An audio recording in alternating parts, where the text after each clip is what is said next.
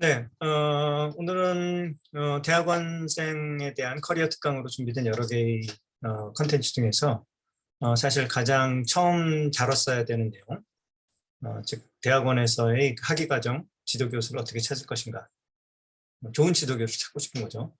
이것은 이제 학위과정의 출발이면서 전문적인 이제 학술 연구자로서의 커리어의 시작이 되는데, 그 커리어의 시작점으로서의 좋은 지도교수를 어떻게 찾을 것인가, 여기에 대해서는 간략하게 소개해 보도록 하겠습니다.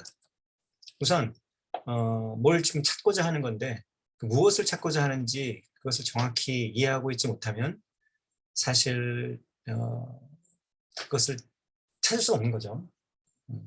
보물찾기를 해야 되는데 보물이 뭔지 모르면 어디 가서 보물을 찾을 것인가 하는 그런 얘기입니다. 그래서 우선 지도교수가 대학원에서 어떤 역할을 하는 사람인지를 정확히 알아야 되겠다. 근데 실제로 대학원에 들어오려고 하는 많은 사람들, 또는 이미 대학원에 들어와 있는 사람들조차도 지도교수가 정말 어떤 역할을 해야 되는 사람인지 잘 모르고 있는 경우가 대부분이고, 사실 허다하고, 거꾸로 지도교수들조차도 지도교수 본인이 대학원생들에게 어떤 역할을 해줘야 되는지에 대해서 잘 모르고 있는 경우가 사실 상당히 많은 것 같다는 게 제 개인적인 의견입니다. 그래서 지도교수가 어떤 역할을 해야 하는가에 대해서 조금 얘기를 해보겠습니다. 우선 지도교수가 어떤 역할을 해야 되는 걸 이해하기 위해서는 대학원에서의 연구라는 것이 어떤 식으로 흘러간다 하는 것을 이해해야 되겠습니다. 이 연구의 흐름과 연구가 어떤 식으로 구성되어 있는지에 대해서는 제가 다른 강의, 연구의 정석, 대학원에서 연구는 어떻게 해야 되는가에 대해서 굉장히 자세하게 제가 얘기했기 때문에 여기서는 개략적으로만 얘기하겠습니다. 우선 전체 연구의 흐름을 보겠습니다. 연구를 하기 위해서는 어떤 문제를 설정하여 연구할 것인가 하는 그 문제가 도출이 돼야 되고, 그 문제가 도출이 되기 위해서는 그 이전에 했던 연구들에 대한 종합적인 공부가 필요한 거죠. 과연 그 주제에 대해서 여태까지 어떤 연구들이 행해져 왔으며, 그 결과 지금 현재의 현황이 어떤 것이며, 그 현황 속에서 이제 핵심적인 문제점이 뭔지를 파악을 해야 그 중에 어떤 문제를 풀 것인지가 분명해지겠죠. 이 문제를 도출하는 과정이 굉장히 좀 지난한 과정이다. 사실 많은 노력이 필요하다는 것이고요. 그 문제가 도출이 됐으면 그 문제를 어떻게 풀어낼지 하는 것을 이제 기획하게 됩니다. 이것을 프로젝트 기획이라고 합니다. 그래서 모든 연구는 연구 주제를 정한 다음에 그 연구 주제를 어떻게 연구해 나갈 것인가 하는 그 연구 프로젝트에 대한 기획이 필요하게 되는데, 그래서 문제 도출과 문제 풀이에 대한 계획이다, 이렇게 말씀드릴 수가 있습니다. 그 다음에 지금 행해지는 모든 연구들이 그 연구비, 자금이 없이는 그 연구를 할 수가 없습니다. 아무리 계획을 세운다 한들 그 계획을 실행할 수 있는 자금력이 뒷받침이 되어야 된다. 자금이라는 것은 뭐 대부분 그 정부의 연구비에 지금 의존하고 있고, 또는 이제 기업에서 제공하는 연구비가 되든지 특정한 어떤 재단들, 공공재단 또는 이제 사설재단들이 제공하는 연구비가 되겠습니다. 그래서 연구비를 어쨌든 조달이 돼야 됩니다. 그다음에 그 연구를 개인이 혼자 하는 것이 아니라 연구를 주도하는 사람, 또 연구를 실행하는 사람, 또 그것을 도와주는 사람, 기타 등등해서 팀으로 이것을 하게 됩니다. 그래서 그 연구의 인력이 필요한 거고, 그 팀 구성이 되어야 된다. 그 다음에 이제 많은 경우에, 특히 이제 실험 연구의 경우에 실험을 할 수 있는 실험 장비가 필요하게 되고, 장비를 조달하든지 아니면 장비를 빌려서 쓰든지, 새로운 장비를 만들든지 하는 그런 장비를 확보하는 과정이 필요하겠고요. 그것을 통해서 이제 기본적인 연구를 할 수 있는 토대가 마련이 되었다면, 실제 이제 연구를 이제 실행해 가기 앞서서 소위 우리가 가설이라는 걸 세우게 됩니다. 그 가설이라는 것은 내가 현재 생각하고 있는 이 문제에 대한 답이 이런 것이다, 이런 답이 나올 것이다 라고 예상을 하는 거죠. 그래서 예상 답안 같은 걸 하나 만듭니다. 그리고 이제 실제 실행을 해서 실험을 하든지 뭐 계산을 하든지 해서 그 답에 대한 문제에 대한 일정 정도의 답이 도출이 되면 그 답과 내가 세운 가설들을 비교하게 되고, 그걸 통해서 가설들을 계속 수정해 가면서 최종적인 이제 내가 생각하는, 또는 우리가 실험 연구 또는 이제 이론 연구를 통해서 얻어진 그 답을 정하게 되겠죠. 그 또한 사실은 가설에 불과하고 다른 여러 가지 후속 연구를 통해서 검증이 돼야 그 가설이 점차 과학적인 지식, 그 팩트의 일부가 되는 거겠죠. 그래서 실험하기 전에 일단 답을 미리 산정을 해놔야 됩니다. 그것을 이제 가설을 세운 과정이라고 합니다. 그 다음에 그 가설을 검증하기 위해서 실험 또는 계산을 하겠고요. 거기서 나온 데이터들을 또 분석해야 되고, 데이터 차원의 분석이 필요한 거고, 그 분석된 데이터들을 종합적으로 놓고 그것들을 어떻게 인터프리트 할 것인가, 해석해낼 것인가에 대한 이제 작업을 하게 되겠죠. 그리고 그 해석의 과정에서 좀 필요하게 되면 어떤 모델 캘큘레이션을 한다든가 시뮬레이션을 한다든가 좀 더 뭐 계산을 해본다든가 이런 데이터들을 가지고 할 수 있는 일들을 더 하게 되겠고, 그런 과정들을 통해서 다시 실험이 필요하게 되면 다시 실험으로 가고, 또 가설을 다시 수립해야 될 필요가 있으면 다시 가설을 수립하고, 또 그 가설에 맞춰서 다시 실험하고 분석하고 해석하고 계산하고, 또 다시 가설을 고치고 실험하고 분석하고 해석하고 계산하고, 이런 과정, 일련의 과정을 계속 반복하게 됩니다. 그걸 통해서 우리가 원하는 정도의 그 정확도를 가지고 또는 신뢰성을 가지고 우리가 해답을 얻었다, 우리가 업데이트된 가설이 만들어졌다라고 하면, 그것을 우리가 잠정적으로 이제 그 프로젝트의 문제, 우리가 제기한 문제에 대한 결론을, 잠정적인 결론을 내리겠죠. 또 그것을 통해서 이제 새로운 가설이 도출이 되는 거고요. 결론을 내렸으면 이제 일단 이 프로젝트에 대한 잠정적인 결론이 내려졌기 때문에 일단 이 프로젝트는 그 1단계가 종료가 된 거죠. 그럼 그것을 가지고 이제 그 결과물들을 정리해서 발표하는 과정을 거치게 되는데, 단지 그 결과물들 정리해서 보고서 쓰는 것으로 끝나는 것이 아니라, 이것이 이제 과학 연구이므로 논문의 형태로 내든지 학회에다가 발표하든지 이런 과정을 거치게 됩니다. 그래서 그런 것을 하기 위해서는 이제 논문을 쓰는 과정이 필요한데, 뭐 그래픽을 만들고 또 글쓰기를 하고 또 그걸 프레젠테이션 머티리얼을 만들고 이런 과정을 거치게 됩니다. 그래서 이런 부분들은 제가 이제 논문 쓰는 과정에 대해서 자세히 또 강의 자료를 올려놨기 때문에 그런 부분 참조하시면 되겠고, 프레젠테이션에 대한 부분은 이후에 다시 곧 강의 자료를 올려놓도록 하겠습니다. 어쨌든 연구는 이런 순서를 통해서 흘러간다. 근데 이러한 순서를 통해서 흘러가는 이 연구의 과정에 지도교수가 어떤 역할을 하는가, 지금 이것을 알고 싶은 거죠. 이런 역할을 하게 됩니다. 제가 이제 녹색으로 표시한 이 부분들이 지도교수가 주로 역할을 하는 부분들이고, 그 다음에 이 화살표로 된 부분은 지도교수와 그 대학원생 또는 연구원이 이제 굉장히 긴밀하게 피드백, 그 상호 소통하면서 그 만들어가는 그런 과정이 되겠습니다. 우선 그 문제를 도출하는 건데, 저는 사실 개인적으로 대부분 어떻게 생각하냐면, 그 학생들, 특히 대학원생들에게 주는 프로젝트들은 연구원도 마찬가지지만 그 어떤 문제를 풀어야 되는 것을 그 슈퍼바이저, 지도 교수가 정해야 된다고 저는 생각하는 편입니다. 그렇지 않은 분들도 계신 것 같은데, 뭐 저는 그렇게 생각하는 편이고, 그것이 뭐 연구를 하는 학생의 입장에서는 훨씬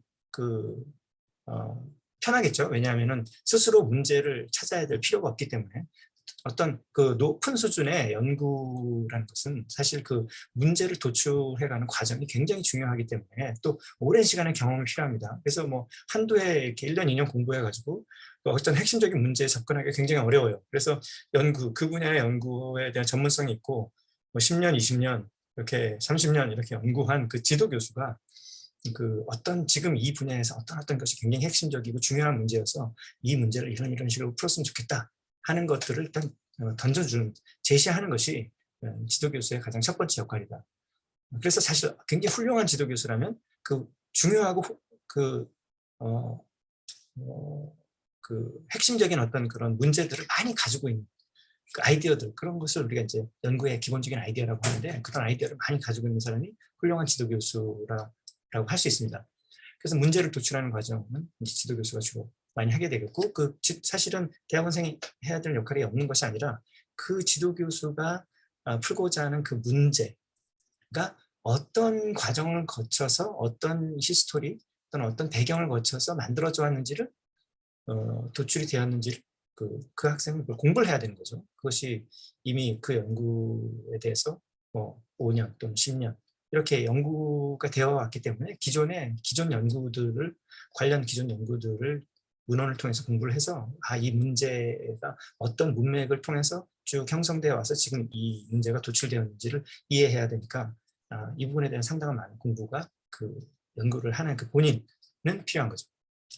그 프로젝트 기획도 그렇습니다. 이 문제를 어떤 방식으로 어떻게 풀어갈 것인가에 대한 기획을 물론 이제 서로 논의해서 할 수 있겠지만 이 부분도 대부분 이제 그 연구에 대한 아이디어를 가졌다 할 때는 그 문제 자체가 아니라 그 문제를 어떤 식으로 풀어가자는 기본적인 그런 어떤 생각의 틀이 지도교수한테 있을 겁니다.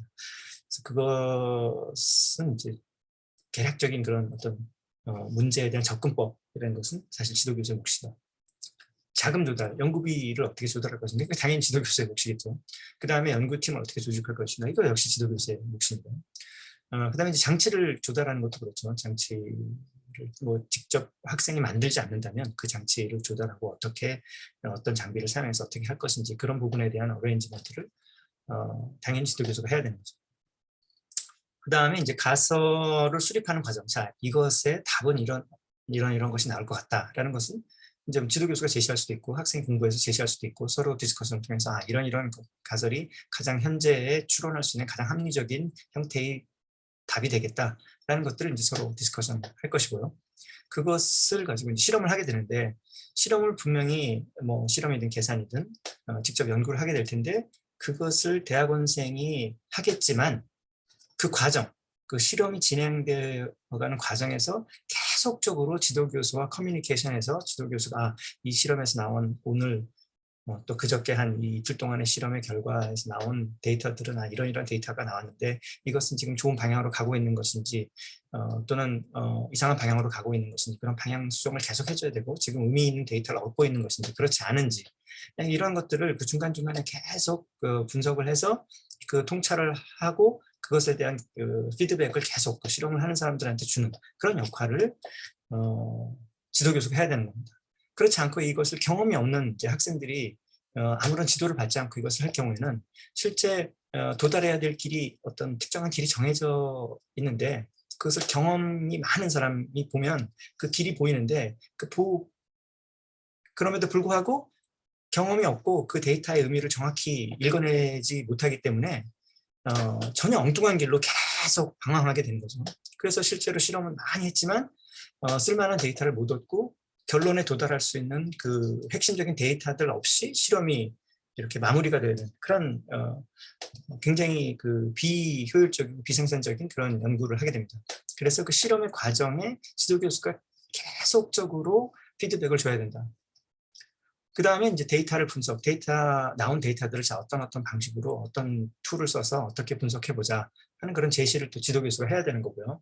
나온 데이터를 해석할 때는 더욱더 지도교수의 역할이 더 커지는 거죠. 그 지도교수가 그 본인의 경험과 전문성을 바탕으로 해서 이 데이터들로부터 도출할 수 있는 의미가 뭔지 그것을 통찰해내는 그 역할을 그것은 이제 경험이 없는 그런 데이터들을 계속 보아오지 않은 경험이 없는 초보 연구자가 하기는 너무나 어려운 일이고 그래서 그런 통찰력과 해석의 방향들을 계속 지도교수가 제시해줘야 됩니다. 그리고 그것을 통해서 그 해석의 결과 어떤 결론을 내자 하는 그 정리된 결론, 이것에 대해서는 결론이 안 나고 이것에 대해서는 또 결론이 날 수 있는데 이런 방향으로 나고 이런 것들에 대한 정리를 이제 연구를 한 본인과 지도교수 또는 같이 공동 연구를 한 사람들이 모여서 계속적으로 토론을 통해서 그 잠정적인 결론을 만들어내야 되는 것이죠. 이 과정도 굉장히 좀 고급스러운 추론의 과정들이 필요하기 때문에 당연히 그 전문성과 경험이 뛰어난 경험이 이미 있는 지도교수가 큰 역할을 여기서 해줘야 된다. 디스커션을 통해서. 그다음에 이제 뭐 논문을 쓸 때 어떤 그래픽을 만들어낼 어떤 그림을 만들 것인가, 글쓰기를 또 어떻게 할 것인가 그런 세세한 세부적인 과정.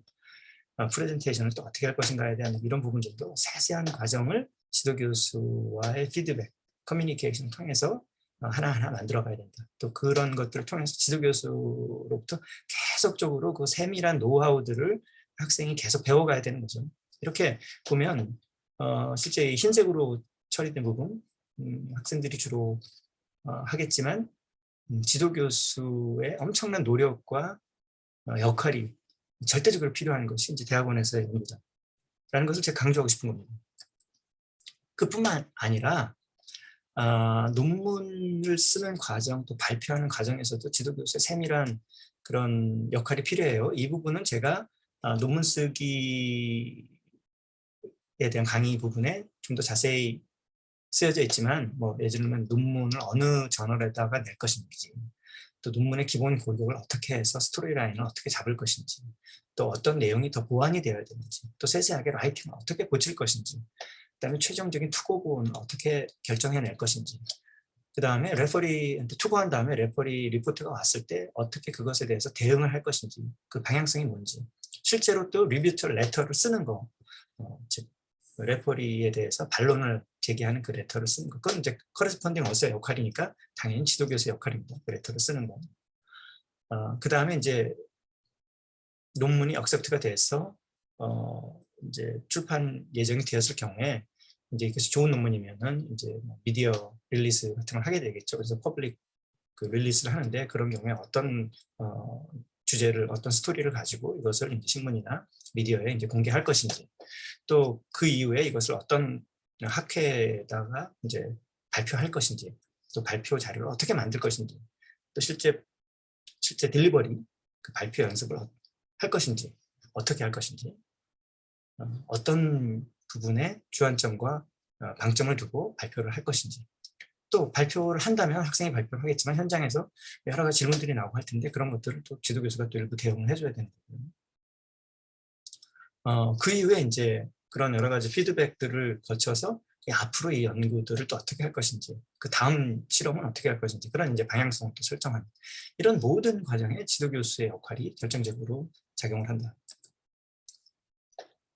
또 심지어 그 논문을 몇 편 쓰고 이제 졸업할 단계가 됐다 할 때부터 또 지도교수의 역할이 더욱더 또 중요해집니다. 우선 박사학위 그 프로젝트를 어떻게 마무리할 것인지, 또 어느 시기에 마무리할 것인지 지도교수가 제시를 해야 되는 거고요.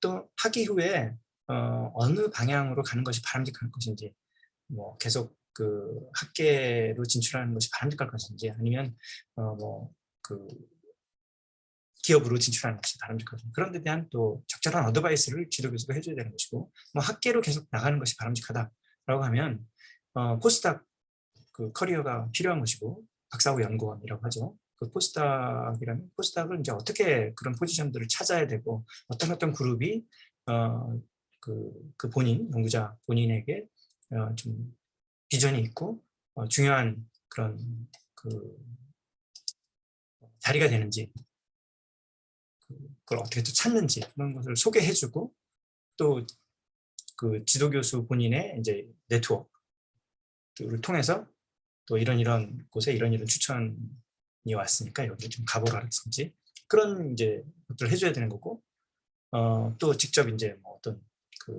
우리 뭐 예를 들면 제가 학생을 배출할 경우에는 우리가 학생이 이런 학생이 언제쯤 배출이 되는데 혹시 어디에 이제 좋은 포스닥 자리가 있느냐, 이런 것을 이제 지도교수가 또 알아봐 줄 수도 있는 거고요. 그런 이제 중요한 역할을 하게 되고, 또 박사학위 이제 심사를 이제 진행하게 되면 심사위원도 선정해야 되고, 또 그 심사를 위원장으로서 주도해 가야 되고, 또 박사학위 논문을 최종적으로 어떻게 완성할지에 대해서 조언을 해야 되고, 또 이제 그 포스닥 포지션에 대해서 뭐 정해진 방향성이 있다면 그것은 이제 이것은 이 포지션에 가서 어떤 역할을 해야 되고, 이런 것들에 대한 또 조언이 필요한 거죠.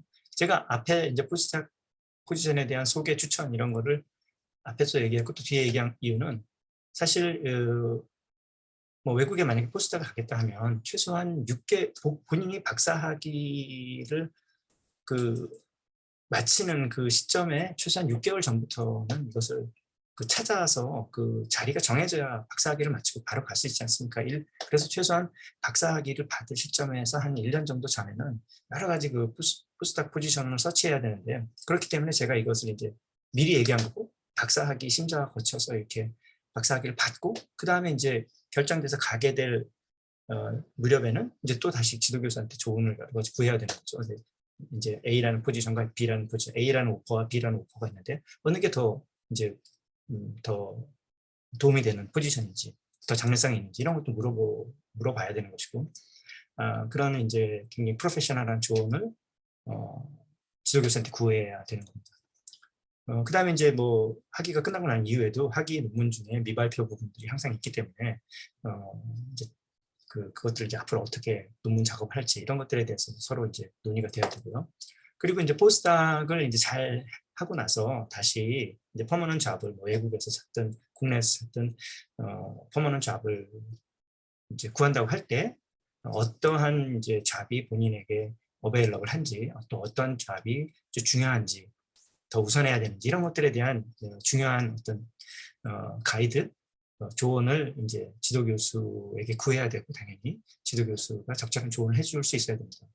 그다음에 이제 그 퍼머넌트 포지션에 갔다고 하면 이제 젊은 이제 새로운 연구자가 되는데, 지금 이제 젊은 연구자들에서 각종 뭐 연구 제안이라든가 뭐 상이라든가 여러 가지 기회가 많은데, 그런 것들에 대한 추천, 직접 추천서를 써주기도 하고 어떤 이제 조언을 하기도 하고, 그런 것들을 이제 계속적으로 지도 교수가 이 본인의 제자였던 사람이 뭐 대학이나 연구소의 조교수가 됐든지 연구원이 됐든지 그 이후에도 계속 이런 것들을 이제 도와주게 됩니다.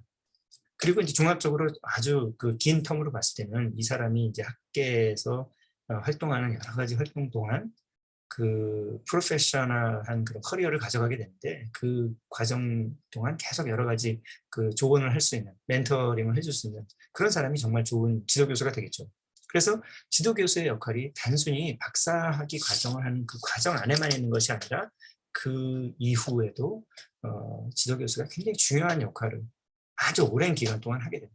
그래서 지도교수라는 것은 너무나도 중요한 그런 사람이 되고, 그래서 정말 좋은 지도교수를 잘 찾아야 된다라는 것을 다시 한번 강조하고 싶은 겁니다. 그래서 얘가 이제 쭉 제가 이렇게 그 연구의 과정에서 또 그 초기의 커리어에서 어떤 역할을 하고 있는지를 말씀드린 거고, 그걸 다시 여기에 이제 쭉 한번 다시 정리해놨습니다. 다시 그 강조하자면, 이 대학원에서의 교육, 즉 학위 과정에서의 교육은 그 대학원이라는 제도가 하는 것이 아니라 그 지도교수 개인이 거의 다 하는 것입니다. 이것이 이제 전통적인 우리가 갖고 있는 이 도제식 교육을 하는 대학원 시스템을 우리가 가지고 있는 거죠. 결국 그 대학원에서 지도교수의 역할이 너무너무나 크고, 또 졸업한 이후에서의 그 사람의 학계에서의 그 프로페셔널 라이프, 또 커리어에서도 굉장히 많은 부분을 그 지도교수가 도움을 주게 되고, 또 많은 부분이 결정이 되기 때문에 지도교수를 어떻게 정하는 것은 너무나 중요하다. 물론 좋은 지도교수가 없어도 훌륭한 연구자가 될 수 있습니다. 좋은 지도교수가 있어야만 훌륭한 연구자가 된다라고 할 수는 없습니다. 하지만 좋은 지도교수, 정말 진정성을 가지고 학생들을 잘 지도하고 계속적으로 좀 훌륭한 어드바이스를 할 수 있는 멘토로서의 좋은 지도교수가 있는 경우보단 그런 지도교수가 없는 경우가 당연히 훌륭한 연구자가 되기가 훨씬 어렵다. 이것은 뭐 정말 자신 있게 얘기했습니다. 그런 부분입니다.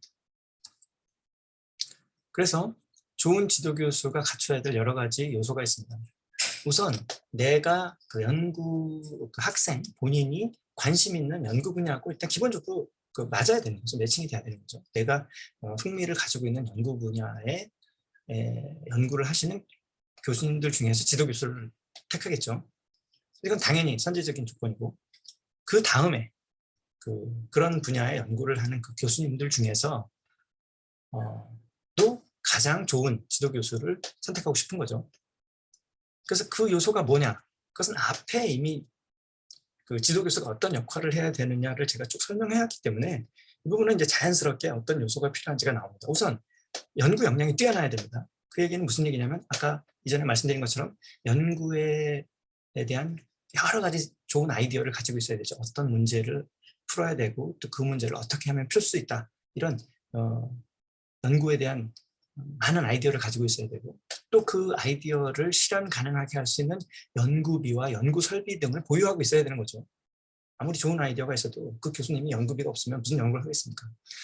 또 그동안 구축해온 훌륭한 연구 설비 없이 어떻게 연구를 제대로 할 수 있겠습니까? 그래서 그런 것들을 이제 봐야 되고, 또 그것들로서의 나온 산물, 여태까지 그 교수님의 연구실에서 나온 그 연구 실적이 정말 이분이 좋은 아이디어와 연구비 조달 능력을 가지고 있다는 것을 증명할 수 있을 만큼의, 또 그 연구의 수준이 굉장히 높다는 것들을 보여줄 수 있는 정도의 연구 실적이 있어서 이 사람의 뛰어난 연구 역량을 증명해 줄 수 있어야 되는 거죠. 그 다음에 이분이 본인이 훌륭한 연구자일 뿐만 아니라 지도학생들을 굉장히 높은 수준의 지도학생들을 배출하고 있다는 그런 대학원생들에 대한 지도에 대한 열성, 그 다음에 그동안의 성공적인 그런 결과물들이 필요한 거죠. 경험이 필요한 겁니다. 이것은 이 연구실에서 어떠한 사람들이 학위를 받고 배출이 되었고 그 사람들이 얼만큼 훌륭한 연구자로 성장했느냐 하는 그 실적을 통해서 또 보여줄 수 있는 결과물들이 있어야 되겠죠. 그 다음에 이분의 어떤 연구 역량이 국내뿐만 아니라 국제적으로도 굉장히 중요한 영향력을 가지고 있고 또 그 명성, 레퓨테이션을 가지고 있는 것 이런 것도 중요한 거겠죠. 왜냐하면 어떤 사람이 연구자로 성장하겠다라고 하면 뭐 이 교수님 밑에서 공부를 하고 또 외국으로 포스닥을 가든지 연구원으로 진출을 하든지 할 텐데 그럴 경우에 이분이 국제적으로 가지고 있는 그 영향력, 레퓨테이션이라는 것이 물론 굉장히 중요하겠죠. 특히 국내에서 박사학위를 한 경우는. 그 다음에 이제 이분이 정말 대학원생들을 잘 이해할 수 있느냐, 잘 배려해주고 또 그 대학원생들의 어려운 점을 잘 이해하고 적절한 지도를 할 수 있느냐 이런 이것은 이제 그 대인 이해력인데 이것의 바탕은 물론 그 사람들이 가지고 있는 감수성과 다른 사람에 대한 배려심입니다. 이것을 사실 어떻게 보면 그 배워서 갖추기가 어려운 그런 그 인성에 깊이 자리 잡고 있는 능력이라기보다 어떤 그 요소죠. 이것이 쉽지 않은 부분입니다. 그 다른 사람을 얼마큼 이해하느냐 하는 이해력. 그 다음에 그 이해력의 바탕이 되는 중요한 능력이 뭐냐면 소통 능력입니다. 그 사람과 어떻게 커뮤니케이션 하느냐, 그 대학원생과 어떻게 잘 커뮤니케이션 하느냐. 그래서 그 이루고자 하는 목적, 그 프로젝트를 만들어내기 위해서 끊임없이 협력하고 아주 세부적인 부분까지 논의를 해야 되는데 그런 논의를 얼마큼 이렇게 잘 무리 없이 잘 끌고 갈 수 있느냐. 소통 능력이죠. 커뮤니케이션 이런 것이 필요하다라고 할 수가 있겠습니다. 그래서 우리가 좋은 지도 교수를 찾으려고 한다면 그 교수님의 연구 분야도 보겠지만 아래에 쓴 연구 역량, 대학원생들에 대한 지도 열정, 열의, 그 다음에 그 지도해왔던 성공적인 실적, 그 다음에 국제적인 학계에서의 레퓨테이션, 이분의 소통 능력과 대인 이해력 이런 것들도 고려해서 좋은 지도 교수를 선택해야 된다. 이런 5가지 요소를 잘 가지고 있는 분이야말로 우리가 원하는 지도 교수다. 이런 겁니다. 그래서 좋은 지도 교수를 선택하고자 한다면 앞에 말한 이러한 요소들을 잘 조사해서 검증을 해내자. 그래서 잘 검증이 된 분한테 가자라는 것이 제 얘기입니다. 요즘 학생들이 지도 교수를 선택하는 과정을 보면 이런 생각이 일단 전혀 없고요. 무엇을 기준으로 교수님을 선택해야 되는지 잘 모르는 것 같고 그냥 선배들 한테 이제 물어보고 대충 하는 것 같고 아마도 또 본인들이 강의 들었던 그 강의 경험을 가지고 지도 교수를 선택하고 이렇게 하는 것 같아요. 근데 강의를 잘 하시는 교수님과 좋은 지도 교수는 결코 이게 같지가 않아요. 그 다음에 대학원에 먼저 진학한 선배들이 얘기하는 소위 말하는 좋은 지도 교수라는 것과 그 사람들도 아직 그 연구실에서의 그 경험이 굉장히 짧은 사람들이고 앞으로 그들에게 닥칠 미래에 대해서 전혀 아직 그 모르는 사람들이기 때문에 그 사람들이 갖고 있는 그 생각들이 정말 이 사람이 좋은 그 지도 교수가 좋은 지도 교수이냐 하는 그 정답과는 상당한 거리가 있을 수 있다. 이것을 우리가 알아야 됩니다. 그래서 이것은 내가 정말 잘 조사를 해서 최대한 그 지도 교수에 대해서 공부를 해서 자료를 통해서 확인을 해야 된다라는 것이 제가 여러분들한테 오늘 드리고자 하는 메시지의 핵심입니다. 첫 번째, 우선 연구 분야가 잘 매칭돼야 되겠죠. 그 연구 분야는 지금 같은 경우는 모든 연구실 홈페이지에 자세히 기술이 되어 있을 것이고 그 논문 리스트 중에 대표 논문 같은 것이 있기 때문에 그것들을 보면 이분이 어떤 연구를 하는지 알 수가 있겠죠. 그래서 그 연구실에 그 교수님이 어떤 연구를 하고 있는지는 정확히 파악하고 그 연구실에 가야 된다. 이건 모르고 그 연구실을 선택한다. 이건 말이 안 되는 거죠. 두 번째, 이분이 연구 역량이 뛰어나야 됩니다. 연구 역량이 뛰어나지 않은 분한테 가서 좋은 연구를 배우겠다. 이건 말이 안 되는 거죠. 이미 시작부터 뛰어난 연구자로 성장할 수 있는 그 잠재력이 없는 쪽으로 가는 겁니다. 그래서 연구 역량이 뛰어나야 된다. 근데 그 연구 역량이라는 건 지금 홈페이지에 연구 실적을 통해서 알 수 있습니다. 그 연구 실적을 어떻게 봐야 되느냐 하는 것이 문제죠. 왜냐하면 학부를 졸업하는 단계에 있는 사람들, 대학원의 지도 교수를 선택해야 되는 대학원의 뭐 1학년생들이나 학부 4학년생들의 경우는 그 연구 실적을 어떻게 평가하고 보는지에 대한 그 기준, 눈이 없기 때문에 이 연구실의 논문 실적 리스트를 보고 이 연구실이 정말 좋은 연구, 이 교수님이 좋은 연구를 하는 높은 수준 높은 연구를 하는 교수님인지 아닌지를 잘 모른다는 거죠. 심지어 그것을 봐야 되겠다는 생각조차 하지 않는다. 이겁니다. 그래서 이것을 어떻게 보느냐. 모든 연구실들이 지금은 연구 실적물의 리스트를 홈페이지에 이제 게재를 하게 되어 있습니다. 그런데 여기서 이제 알아야 될 것은 그 연구실의 홈페이지에 봤더니 퍼블리케이션 리스트가 있고 퍼블리케이션 리스트가 봤더니 매년 논문이 막 여기에 뭐 10편, 매년 10편씩 막 이렇게 쭉 나온다. 이것이 중요한 것이 아니다라는 겁니다. 그 연구의 우수성을 보기 위해서 우리가 봐야 되는 것들은 어떤 특정한 분야에서 대표되는 저널, 그 분야에서 가장 좋은 저널이 무엇인가라는 것을 우선 우리가 알아야 돼요. 물리학 분야에서 그럼 가장 높이 평가받는 그 저널은 무엇인가 이런 것을 알아야 됩니다. 예를 들면 지금 물리학 분야라면 네이처 사이언스 이런 것은 물론 당연히 좋은 저널이겠고 사이언스 어드밴스, 네이처 커뮤니케이션 이런 저널들이 있겠고 네이처 피직스 이런 저널이 있겠고 또 물리학에서 가장 전통적으로 가장 중요했던 저널 피지컬 리뷰 레터 이런 저널들이 있겠죠. 그러니까 이런 저널들에 저보고 만약에 카운트하라 그러면 네이처 사이언스, 네이처 피직스, 피지컬 리뷰 레터스, 네이처 커뮤니케이션 이런 저널들이 될 텐데 이런 이제 서너 개 또는 대여섯 개의 종류의 그 분야에서 어쨌든 탑 저널이 뭔지를 알고 있어야 되는 것이고요. 이 연구실의 이 교수님이 그런 저널들에 얼마나 논문을 내고 있는지가 중요한 거죠. 그것이 이제 최고 수준의 저널에 얼만큼 논문을 낼 수 있느냐. 이것이 연구자의 역량이에요, 지금은. 특히 주의해야 될 것이 거기에 논문을 많이 내는데 다른 사람들이 주로 한 논문에 이분의 이름이 끼어 있는 경우가 있고 그분이 주도적으로 이것을 하는 논문들이 있는데 이것을 구별해내야 된다는 겁니다. 그것을 우리는 그 주도적으로 그 참여한 그 연구자를 커레스펀딩 어서라고 우리가 불러요. 그래서 이 커레스펀딩 어서는 보통 이렇게 논문의 표기가 돼 있습니다. 또는 이제 그 논문의 어서 리스트의 제일 마지막에 있는 사람이기도 하는데 이분이 즉 그 커레스펀딩 어서로 교수들이라면 주로 이제 커레스펀딩 어서가 되면 제일 논문의 제일 마지막에 이름이 들어갈 텐데 그 논문 리스트를 쭉 보고 그 중에서 아까 말한 탑 저널 그 각 분야의 탑 클래스 저널에 해당되는 논문들을 쭉 클릭해서 본 다음에 거기에서 이 교수님이 그 오서 리스트에 대충 어디 중간에 이렇게 있는지 아니면 제일 마지막에 있는지를 봐서 이분이 주도적으로 그 연구 전체를 책임지고 한 그 연구의 결과물로서 그 탑 저널에 논문을 내셨는지 또 그것을 매년 꾸준히 그런 최고 수준의 저널에 논문을 내고 있는지 이걸 보면 대충 이분이 어느 정도 수준의 연구 역량을 가진 분인지 가늠해낼 수가 있습니다.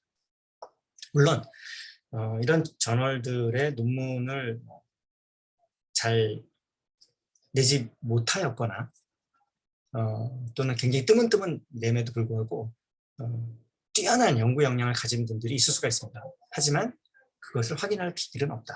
외부에서. 또한 이제 구글 스칼라라는 게 있어요. 구글 스칼라에 그분의 이름을 영어로 집어넣으면 이제 이분이 낸 모든 논문들의 리스트가 쭉 나오고 그것이 이제 인용수별로 쭉 이렇게 정리가 되어 있습니다. 그래서 이제 이분이 도대체 그 논문들이 얼마나 내고 있고 그 논문들이 얼만큼 인용되고 있는지가 구글 스칼라에 이제 모든 연구자들의 데이터가 다 있습니다. 그래서 이걸 보면 이분의 논문들이 얼만큼 이제 실제로 임팩트가 있는지 이런 걸 알 수가 있습니다. 그래서 만약에 물리학 관계의 그 저널들이라면 제가 가지고 있는 기준은 100편 이상 이렇게 인용된 논문들 굉장히 굉장히 중요한 논문들이고요. 그러니까 이분이 100편 이상 인용되는 논문을 도대체 몇 편을 썼는지를 보면 대충 이분의 국제적인 역량, 학계에서의 이제 임팩트를 대충 알 수가 있습니다. 그 다음에 이제 지도 교수가 이제 대학원생들을 얼만큼 열심히 잘 지도하고 있고 얼만큼 성공적으로 지도하고 있냐는 것은 예를 들면 이제 좀 자세하게 홈페이지를 만든 연구실은 그 홈페이지에서 졸업생 현황을 보면 알 수가 있습니다. 그 졸업생 현황에 어느 대학 이 사람이 졸업을 해서 어느 대학에 교수를 하고 있다. 뭐 이런 것들을 이제 쭉 잘 기록해놓은 연구실은 그걸 보면 되는데 이 부분은 조금 이제 파악하기가 그렇게 쉽지 않은 경우가 많다. 이건 이제 뒤에 가서 제가 이제 어떻게 이제 그것을 확인해야 되는지 좀 다시 얘기하겠습니다. 그 다음에 이제 학계에서의 국제적인 영향력, 레퓨테이션인데 이 부분도 이제 굉장히 알기가 어려운 거죠. 외부에서는 봐서는. 그런데 주로 이제 홈페이지에서 컨퍼런스 리스트, 즉 초청 강연 리스트를 잘 기록해 놓는 연구실들은 이분이 어떠한 그 초청 강연을 하고 계신지를 보면 대체로 이분이 그 학계에서 국제적으로 굉장히 명망이 있는 사람인지 그렇지 않은지를 이제 알 수가 있습니다. 그래서 우리가 무슨 인터내셔널 컨퍼런스, 뭐 인바이티드 톡, 플래너리 톡, 뭐 키노트 톡 이런 것들을 이제 꾸준하게 이렇게 하시는 분들은 대부분 그 학회에서 굉장히 중요한 사람으로서 인정을 받고 있는 모든 사람들이 그 사람이 하고 있는 연구에 대해서 그 초청을 해서 그 내용을 듣고 싶어하는 그런 사람이 되기 때문에 이것은 중요한 것입니다. 그래서 초청 강연 리스트 이것은 상당히 중요합니다. 그래서 이런 것들을 최대한 이제 그 가고 싶다라고 생각하는 연구실 지도 교수님들의 이런 실적들을 잘 일단 열심히 찾아서 들여다봐야 된다 이겁니다. 또 그걸 통해서 이 교수님의 연구 활동의 범위와 내용들을 좀 더 잘 이해할 수가 있어요. 그 다음에 이분의 소통 능력과 대인 이해력인데 이것은 이분을 직접 만나서 얘기를 해봐야 된다. 이겁니다. 그래서 지도교수와의 면담이 중요하다. 그래서 지도교수에 대해서 철저히 조사를 하시고요. 면담을 하시라 이겁니다. 노력 없이 좋은 지도교수를 찾는다. 이건 불가능합니다. 좋은 지도교수를 찾지 못하면 답이 없다. 아까 제가 말씀드렸죠. 너무나 지도교수 역할이 지대하기 때문에 좋은 지도교수 없이 빨리 훌륭한 연구자로 성장한다는 것은 굉장히 어렵다는 겁니다.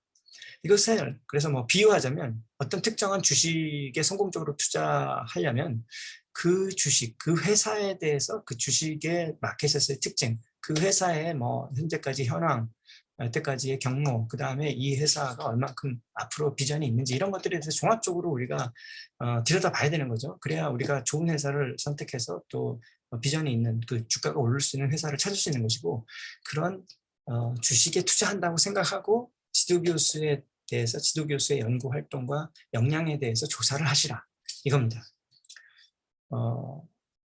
주식에 투자해서 돈 얼마 버는 것보다 좋은 지도교수를 찾는 것이 훨씬 더 유리한 투자입니다.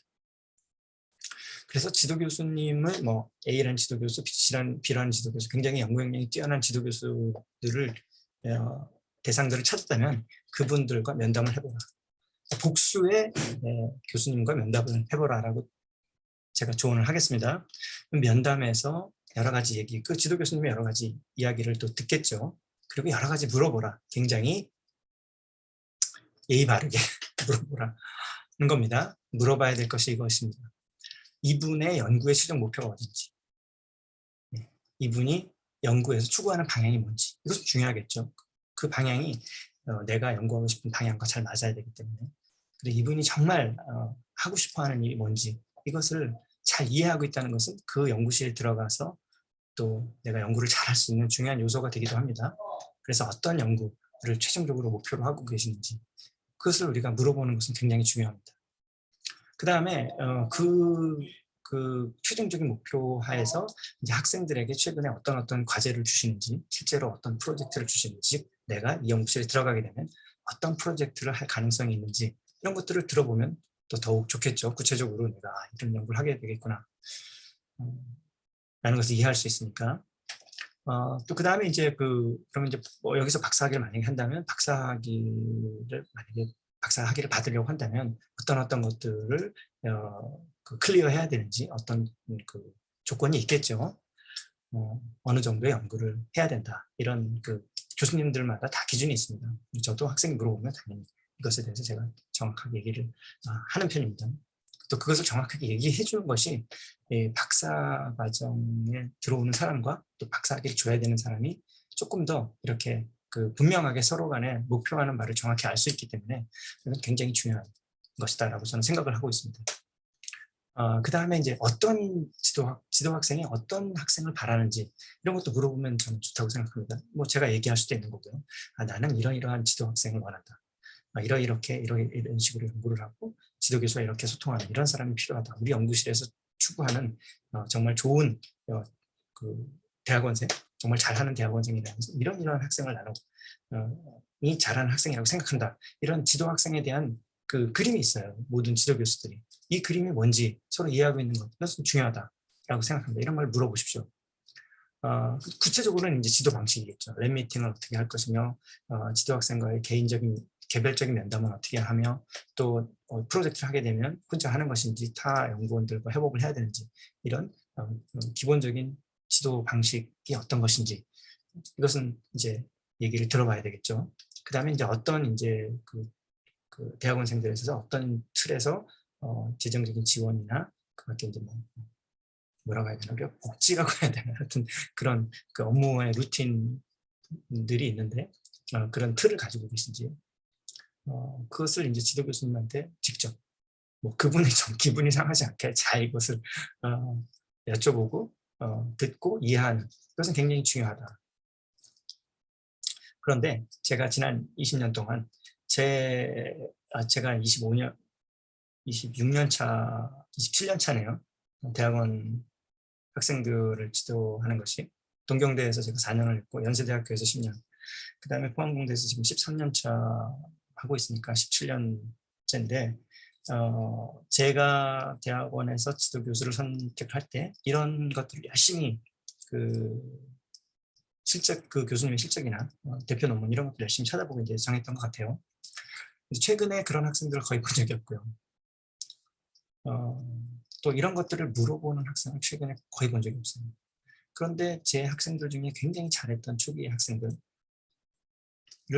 중에 정말 지금 제일 잘하고 있는 학생들은 이런 것들을 열심히 물어봤던 학생들입니다. 교수님 연구실에 가면 어떤 연구를 하게 됩니까? 굉장히 어그레시브하게 물어보고 또 어떤 것들을 클리어해야 박사학위를 받을 수 있습니까? 이런 것들을 물어보는 학생들, 또 어떤 것을 그 연구실에 들어가면 어떤 루틴을 통해서 이렇게 연구를 해야 됩니까? 이런 것들을 구체적으로 물어보는 학생들은 이미 또 그 이전에 그런 것들을 물어보기 이전에 제가 하는 연구 분야나 제가 썼던 논문에 대해서 이미 읽고 일정 정도 공부를 해가지고 와서 이런 걸 물어보겠죠.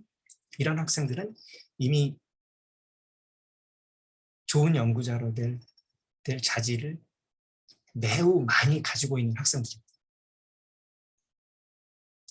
그만큼 생각을 깊이 하고 또 그만큼 자기가 해야 되는 선택에 대해서 굉장히 고민하고 있다는 뜻이고 여러 가지를 생각하고 있다는 거기 때문에 이것이야말로 정말 좋은 연구자가 될 기본적인 자질을 가지고 있는 것이고요. 이런 학생들을 본다면 저는 정말 기쁘게 여기에 대한 대답을 해줄 것이고 이 학생들이 우리 연구실에 왔으면 좋겠다라고 생각을 하게 될 겁니다. 마지막으로 제가 하고 싶은 말이 이겁니다. 지도교수가 너무나 중요하고 그 사람의 학자로서의 커리어에 너무나 큰 영향력을 가지고 있기 때문에 초기에 어떤 연구실에 갔는데 그 연구실의 초기에 여러 가지 좀 지도교수가 문제가 있다라고 하면 그 지도교수를 빨리 바꾸십시오. 1, 2년 손해보는 것이 나중에 평생 후회하는 것보다 훨씬 낫다라고 생각하고 있습니다. 당연한 얘기죠. 가능하면 초기에 지도교수를 바꿔라. 요즘 그 대학원생들을 보호하기 위한 여러 가지 시스템들이 있기 때문에 지도교수를 변경하는 것에 대해서 여러 가지 불이익을 받는다면 그것은 정말 잘못된 대학원이고 시스템이 잘못된 겁니다. 그래서 불이익을 받지 않고 대학원생이 지도교수를 다시 선정할 수 있어야 되고 또 그런 것이 보장이 되어야 된다고 생각을 합니다. 저 자신도 지도교수를 여러 번 바꿨어요. 문제가 있다면 가능한 초기에 지도교수를 바꾸라 것이고요. 그 문제라는 어떤 것인가? 첫 번째, 열심히 조사해서 갔지만 실제 가보니까 그분이 굉장히 무능력하고 나태하다. 연구비도 별로 없고 연구 아이디어도 없는 것 같고 또 어떤 그 연구를 해가야 되는데 전문성도 그 분야에 대한 전문성이 부족한 그런 프로젝트를 나한테 주고, 그 다음에 프로젝트를 하는 과정에 어떤 해결해야 될 중요한 문제가 있는데 그런 것들을 같이 해결하려고 하는 태도를 보이지 않고, 야, 네가 알아서 해. 그건 네가 해야 돼. 라고 하는 이런 사람들, 즉 문제를 같이 해결하고자 하는 그런 태도가 없는 교수님들, 이런 교수님들은 X입니다. 지도교수로서 같이 이렇게 자기 인생을 걸 만한 그런 가치가 없어요. 그 다음에 굉장히 과도한 업무 지시를 하는 사람들, X인 것 같고요. 또 학생들을 방치하고 무관심한 사람들, 그러려면 왜 지도학 학생을 받은 건지 알 수가 없어요. X입니다. 그 다음에 때때로 굉장히 비인격적인 방식으로 학생들을 지도하려고 하는 사람들, 지금 시대에 X죠. 그 다음에 여러 가지 사적인 업무를 요청하는 이 과거에 이런 분들이 굉장히 많았습니다. 뭐 이거 해달라, 저거 해달라, 이거 해라, 저거 해라, 뭐 말도 안 되는 그런 여러 가지, 뭐 본인이 출장을 갔다가 언제 공항에 도착하는데 너가 라이드를 와서 나를 태워가지고 어디로 데려가다, 이런 것들 다 지금 말도 안 되는 얘기들입니다. 그 다음에 정말 안타까운 얘기지만 자기 학생들 성희롱하는 그런 교수들도 가끔 있는 것 같아요. 주변에서 잘 보지는 못했습니다만 어쩌다 한 번씩 보게 됩니다. 이런 모든 문제, 그 외에도 뭐 이루 말할 수 없는 여러 가지 문제가 있겠죠. 연구비 비리를 저지르는 교수님들, 또 그런 것을 또 학생들한테 시키는 사람들 또 있습니다. 학생들한테 인건비 주고 다시 어떤 통장에다 넣어라. 이건 우리가 연구비의 어떤 뭐라고 해야 되나, 랩 운영비니까 이것을 가지고 공통으로 우리가 운영할 거야. 이런 것도 지금 다 법으로 금지되어 있습니다. 그래서 이런 그 문제가 있는 지도 교수들이 있다면 빨리 그 연구실에서 나와야 됩니다. 그런 그 과정이 무리 없이 진행되도록 대학원은 또 보장을 해줘야 됩니다. 그 시스템 자체가 라고 생각합니다.